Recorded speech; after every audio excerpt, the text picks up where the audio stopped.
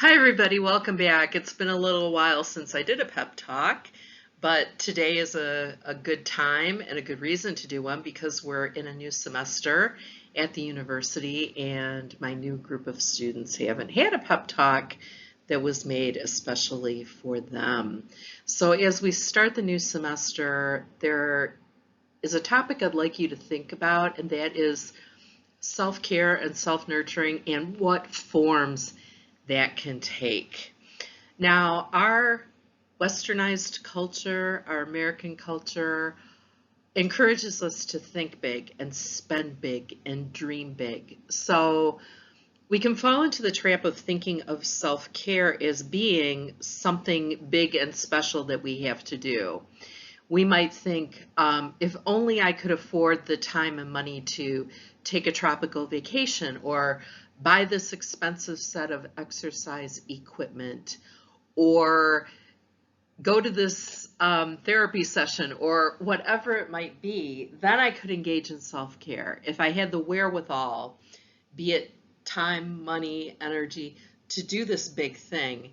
So self-care becomes something that is aspirational and something that we think maybe we'll do in the future at a time when our life is different than it is now.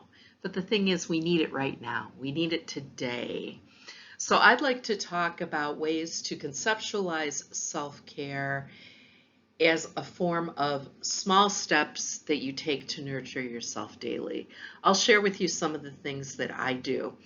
I take some vitamins and supplements every day, and I notice a difference in how I feel when I take them versus when I don't.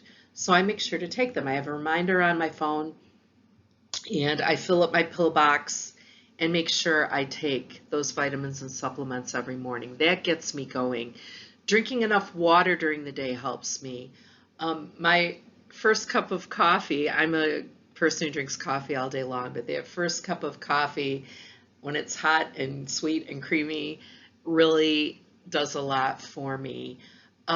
Spending a few moments in quiet before I turn on the TV and sit down at the computer is really good for me. Instead of just diving right into the work I have for that day, to stop and think for a few minutes about what do I need to accomplish today? What do I want to accomplish today?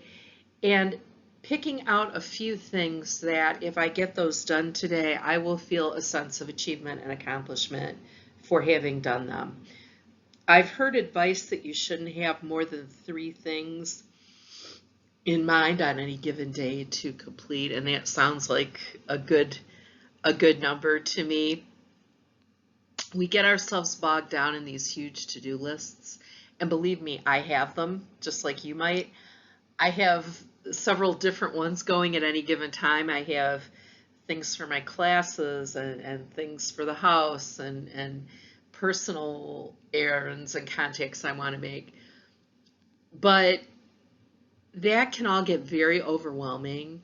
And if you look too far down the road, it can get really overwhelming. So just picking out a few things that you can do on any given day to nurture and feed yourself in a positive way is really important. So I would encourage you to think of those small things as part of self-care. And if you do them on a daily basis and on a routine basis, over time, they're going to contribute more and more to your well-being. So maybe that takes the form of taking a nice hot bath or shower before bed every night, calling a friend every day, watching an episode of your favorite TV show in the evening. Maybe it takes the form of setting out your breakfast things the night before or picking out your clothes the night before. Maybe it takes the form of making sure you put in a load of laundry each day or whatever it may be that's going to make you feel better and more on top of things in your life. All of these things are self-care. So I encourage you not to get bogged down in what other people think. Like they'll say, oh, self-care is writing in a journal every day or engaging in prayer and meditation or this or that. Maybe those things are useful and maybe those things are helpful to that person, but this is a very personal and unique way of taking care of oneself, right? So there are probably things that feed your soul that wouldn't do that for other people. Some people really like to watch TV and movies. I consider watching TV and movies very passive, so I have to be doing something else while I do it, whether it's sorting paperwork or just something with my hands, because I can't just sit in front of the TV for hours on end, but other people find that relaxing. I've tried journaling in the past. I'm trying to get back into it, but I haven't been very faithful at keeping up with journaling the way some people do. So maybe that isn't for me. I'm starting to question the idea that maybe that isn't something I really find fulfilling if I have a hard time sticking to it. I do love to read. I find reading relaxing. I would much rather turn off the television at night and read a book. That's what feeds my soul. But what feeds your soul is probably something very different. Whatever it is, I encourage you to do it, to look to your own physical, mental, and spiritual health and well-being, and to incorporate these small tasks into your day that will add to your overall sense of well-being. I wish you all the best, and I'll talk to you again soon. Bye-bye.